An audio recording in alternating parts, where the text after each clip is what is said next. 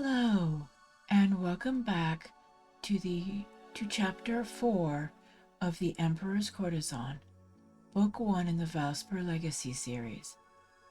I am Allison, the author of the Emperor's Courtesan. If you are just finding these videos, I highly suggest either checking out the other videos in the playlist or checking out the blog linked in the description below, as you will be quite confused by what is going on in this chapter if you do not.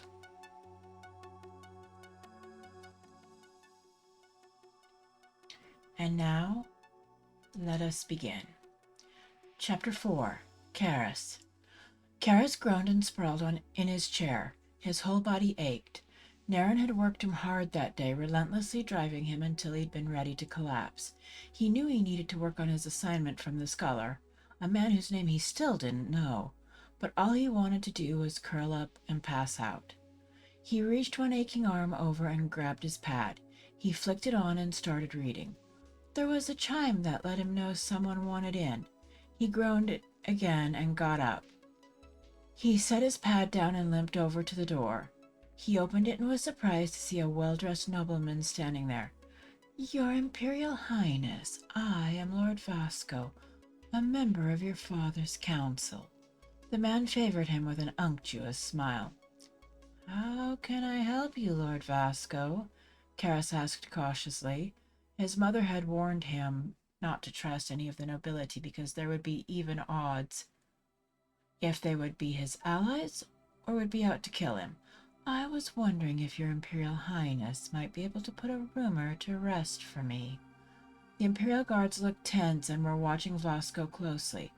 This, then, was a man that could not be trusted in their eyes, which meant Karis immediately did not trust him. "I am not certain I can help you with that, but I am happy to see what I can do." Karis altered his speech patterns to sound more like the nobility as his father had instructed him through his servant. Vasco again smiled that unctuous smile. "There is a rumor making the rounds, Your Imperial Highness, that the scholar who devotes so much time and attention to you is teaching you the barest basics. It is believed that you can neither read nor write." Karis paused for a moment to collect his thoughts. "I am quite literate, Lord Vasco. The scholar feels I am on par with where you would expect a child of my age to be as far as my studies go." "That is good to hear, Your Imperial Highness. I will be very happy to put that rumor to rest. I appreciate you taking the time to speak with me this evening." Vasco bowed and left. "Do not trust that man, Your Imperial Highness," one of the guards warned. "It's rumored he killed his father and his older brother when he was just a few years older than you. He has a very unsavory reputation." "I do not trust anyone." Karis watched Vasco disappear around the corner.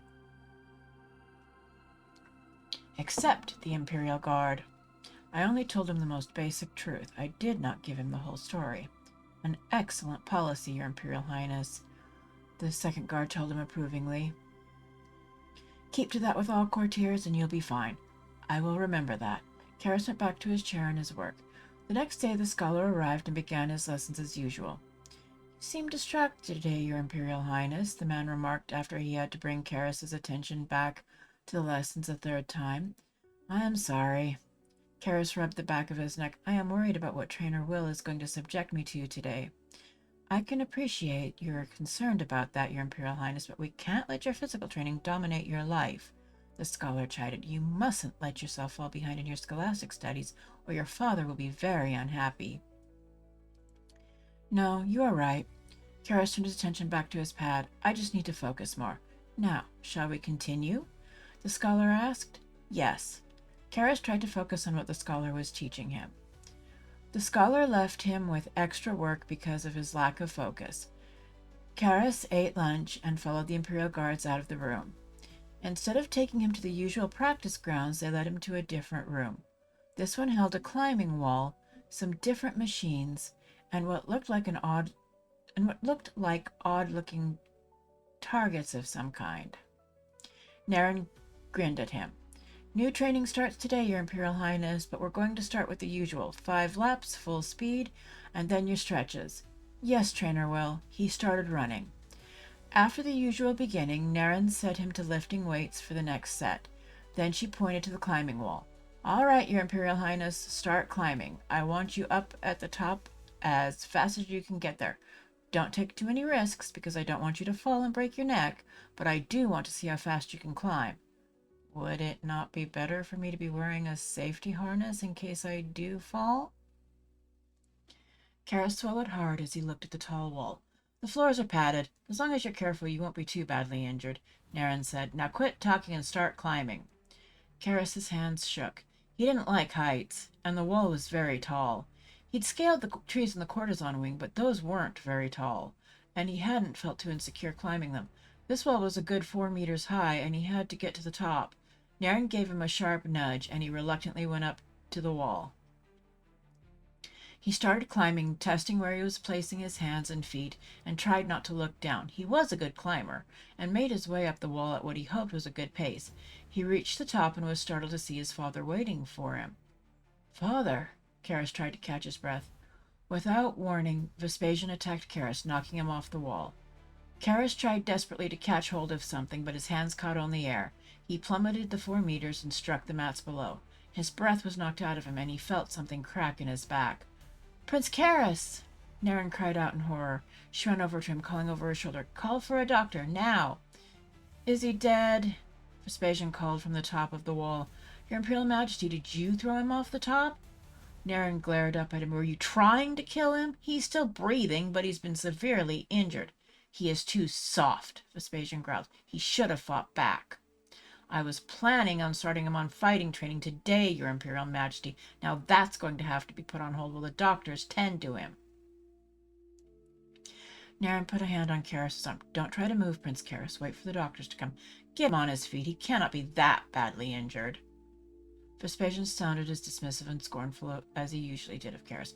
I'll let the doctors tell us how badly he's injured, Your Imperial Majesty.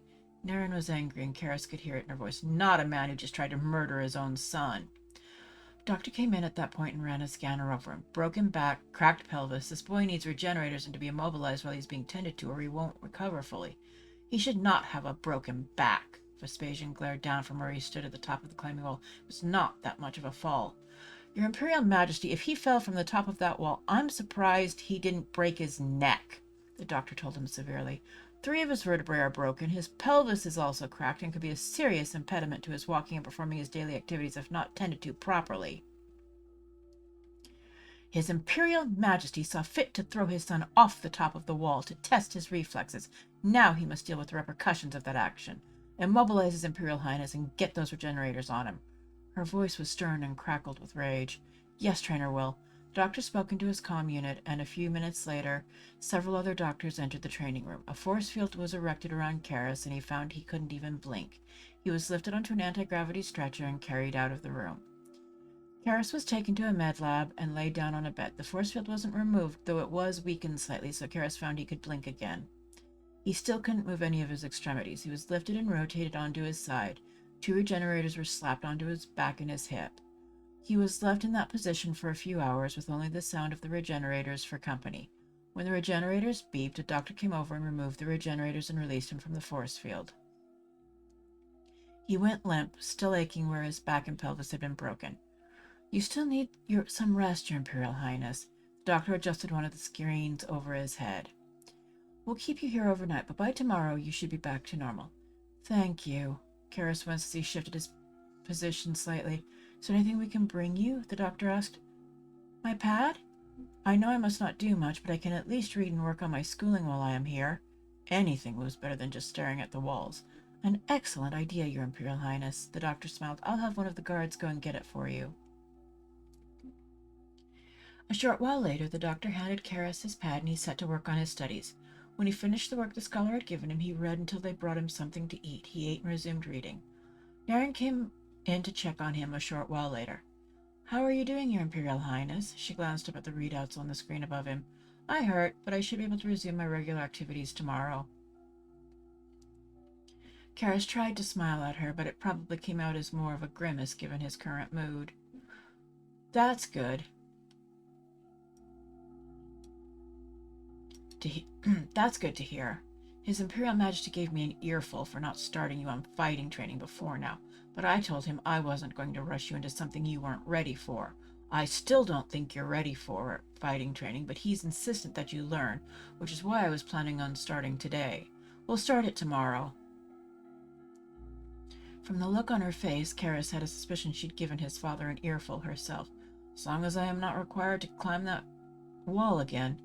Karis shuddered. He didn't think he'd be able to climb that wall for a long time without panicking. No, I don't think I'll have you do that for a while. I can't trust His Imperial Majesty won't be waiting at the top to do this again. She looked more than a little angry at this. His Imperial Majesty is the reason His Imperial Highness had a broken back? The doctor, tending to Karis, asked with some surprise. He is. He threw him off the 4-meter-high climbing wall to test his reflexes.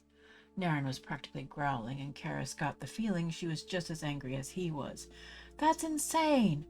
The doctor shook his head. He's a 12-year-old boy. There's no chance he'd have the reflexes to withstand an attack from someone like His Imperial Majesty.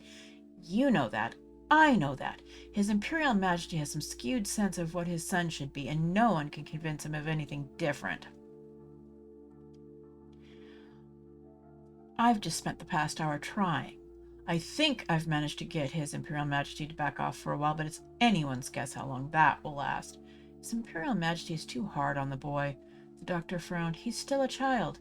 Not in His Imperial Majesty's eyes, Naren sighed. He's 12, so he's more than old enough to learn a man's skills. Where does His Imperial Majesty get that idea? The doctor stared at her, horrified. From his own father. Emperor Aelius was hard on his son and expected him to perform to a man's level of expertise when His Imperial Majesty was only a boy. His Imperial Majesty expects the same from His Imperial Highness. Naren shook her head. What happened to my grandfather? Karis was curious because the history books didn't talk much about how his grandfather had died. He died after contracting an illness we'd never seen before, the doctor told him, when His Imperial Majesty was only 19. People theorized it was poison for months, but it really was a strange virus. We've seen it crop up a couple of other times when various members of the court, and it's proved fatal each time. Could it be a manufactured virus? Used by assassins to kill specific targets? Karis asked. I read about that being done in the early Empire in a history book. The doctor looked thoughtful. I don't think we ever considered it could be manufactured. We still have samples of it on file. We'll have to take a look at it. Thank you for that suggestion, Your Imperial Highness. I just read a lot, Karis blushed. I have a good memory for what I read.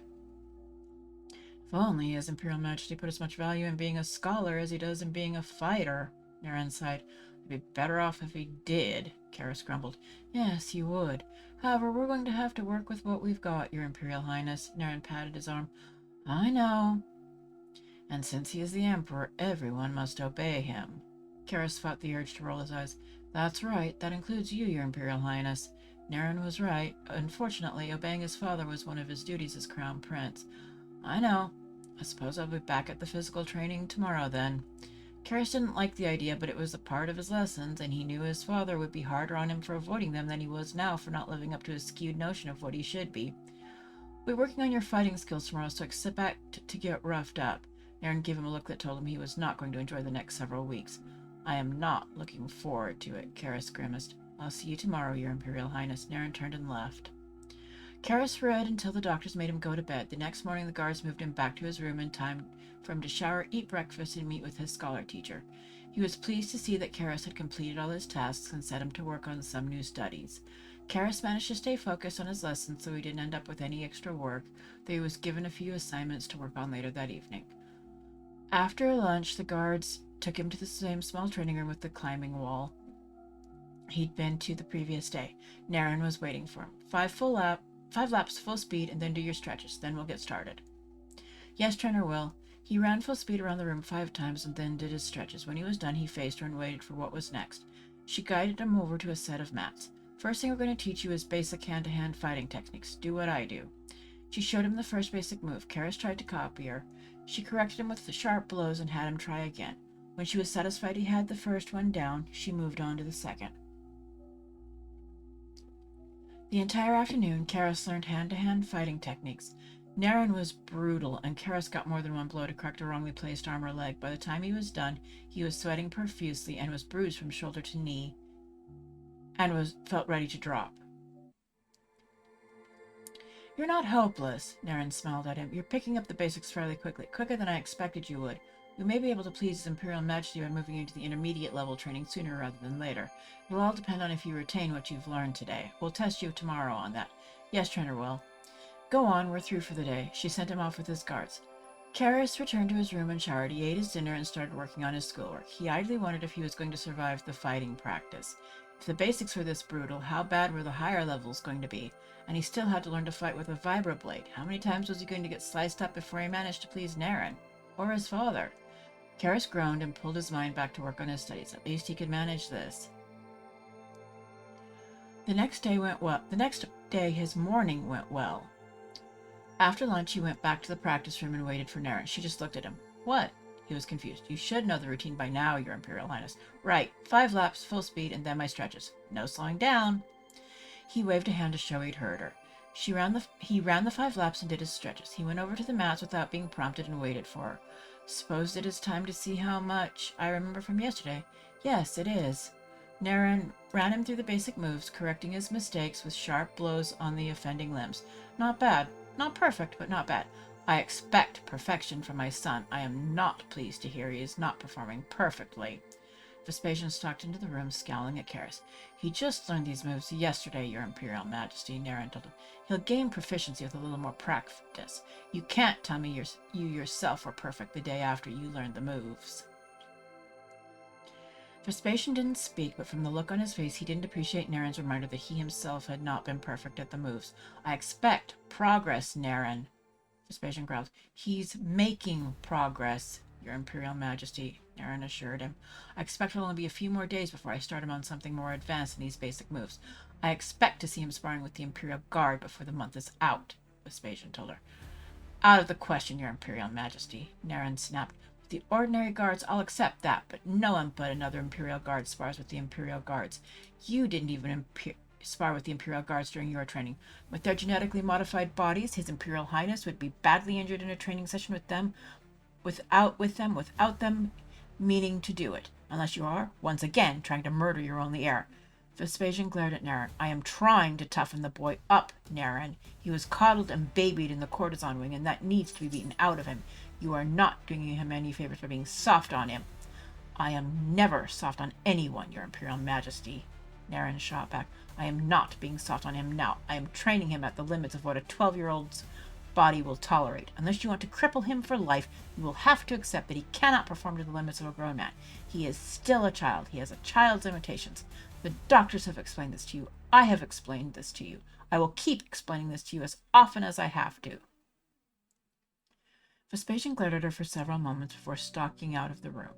Karis watched him go with a sullen expression on his face. I do not understand him. I perform to the best of my abilities, but it is never good enough for him. Get used to that, Your Imperial Highness, Naren sighed. His Imperial Majesty is never pleased by anyone or anything. Not even his courtesans pleased him, though he was at least somewhat satisfied by your mother for a period of time. Why is he such a hard man? Karis looked at her. Surely you do not need to be cold and cruel to be an emperor. He is the way he is because it is how his father raised him to be. It is how he expects you to be. Naren gave him a sober look. I will never be like him. Karis glared at the doorway.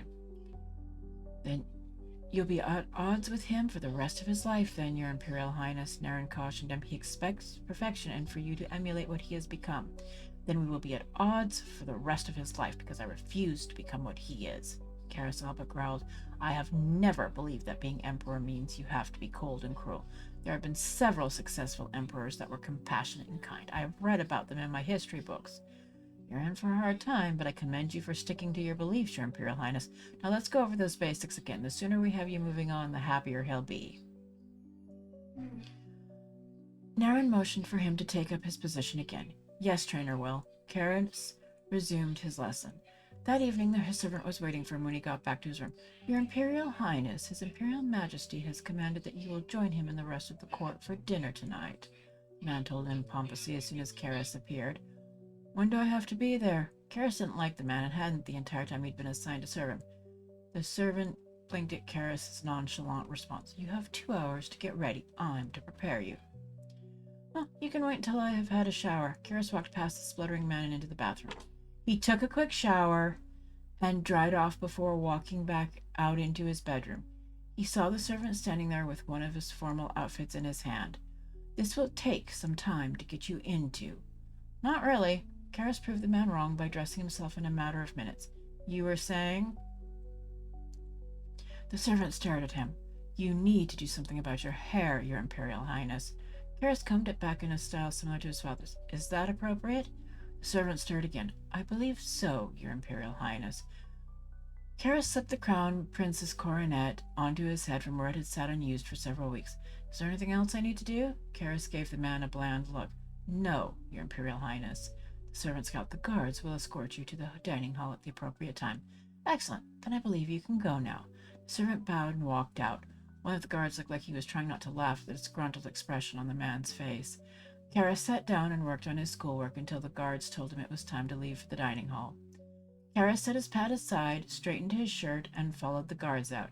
He walked at a brisk pace, grateful for Naren's constant insistence on running at full speed because he arrived without being out of breath.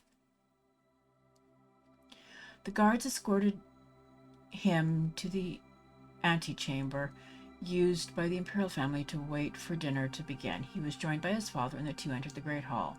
They took their seats, and soon the high lords and then the rest of the court were seated. Karis ate and kept his comments to the few people who spoke to him strictly neutral. Once the last dishes had been cleared away, his guards arrived to escort him back to his rooms. His Imperial Majesty didn't seem displeased by your performance, one of the guards remarked. I have attended high feasts with the courtesans since I was 8. Karis shrugged.